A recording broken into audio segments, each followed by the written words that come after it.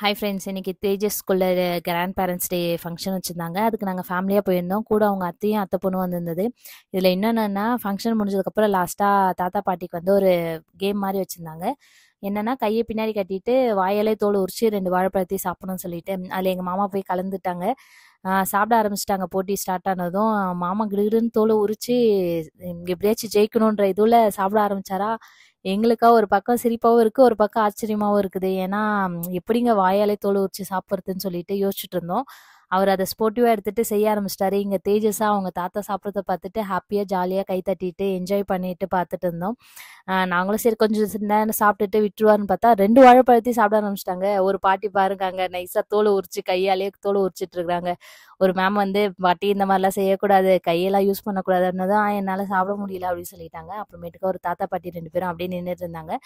எங்க மாமா ஃபுல்லா கிளீனா எல்லாமே சாப்பிட்டு முடிச்சிட்டாரு. இதுல இன்னொரு ஹாப்பினஸ் என்னன்னா, டீச்சர்ஸ் மீட்டிங் அப்ப நானும் எங்க பாபாவும் ஃபர்ஸ்ட் ப்ரைஸ் வாங்கின மாதிரி இதுல எங்க மாமா தான் ஜெயிச்சாரு. எங்களுக்கா செம்ம ஹாப்பியா இருந்துச்சு. அங்க சொன்னதும் பரவாயில்லையே, ஒரே ஃபேமிலிலேயே வந்து எல்லாம் ஜெயிச்சிருக்கீங்க, பேரனுக்காகவும் பையனுக்காகவும் ஸ்போர்ட்டிவா இருந்துட்டு எல்லாமே சரின்னு சொல்லிட்டு இந்த ஹாப்பியோட பசங்களாம் டான்ஸ் ஆடிட்டு செம்ம என்ஜாய் பண்ணாங்க.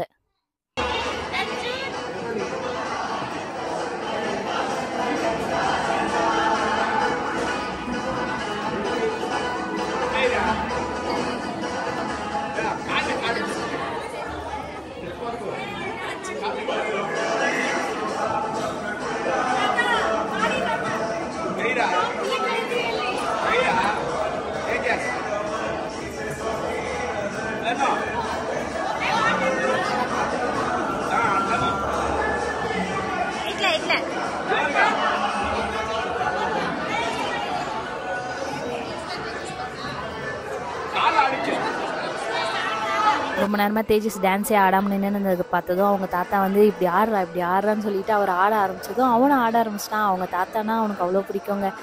நாங்கள் இல்லைனாலும் பரவாயில்ல, ஆனால் அவனுக்கு அவங்க தாத்தா பாட்டி கூட இருக்கணுன்ற மாதிரி இருப்பான். அந்த மாதிரி அவங்க தாத்தா ஆட ஆரம்பிச்சதும் அவனும் செம்ம என்ஜாய் பண்ணி ஆட ஆரம்பிச்சிட்டான்.